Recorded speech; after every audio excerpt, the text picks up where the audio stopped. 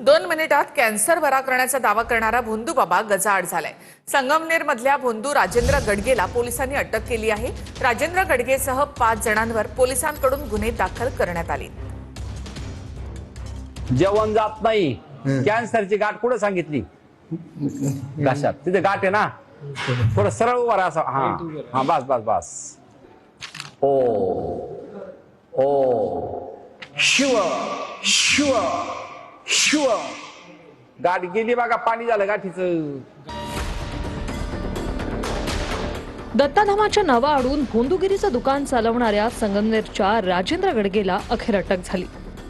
संगमनेरच्या वडगावपान गावात बाबांना आश्रम उघडला होता।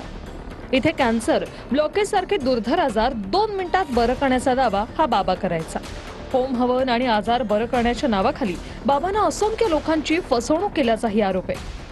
अनिष्ट तक्रारीनंतर अखेर संगमनेर पोलिसांनी बाबासह मुलगी ज्ञानेश्वरी गडगे, सूरज शिंदे, मधुकर शिंदे आणि डॉक्टर मोहनपुरी यांच्यावर गुन्हे दाखल केले। तथाकथित औषधं आणि चमत्कारांच्या नावाखाली आजार बरं करण्याचा दावा करणं, लोकांची दिशाभूल करणं, लोकांचं आरोग्य आणि मानसिकतेशी खेळणं अशा विविध आरोपांसह जादूटोणा विरोधी कायद्याअंतर्गत गुन्हा दाखल झालाय।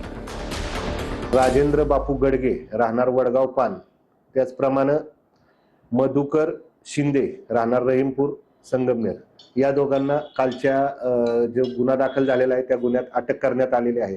अजून काही आरोपींचा शोध चालू आहे। गुन्ह्याच्या संदर्भाने तपास चालू आहे, पुढील तपास करीत आहोत।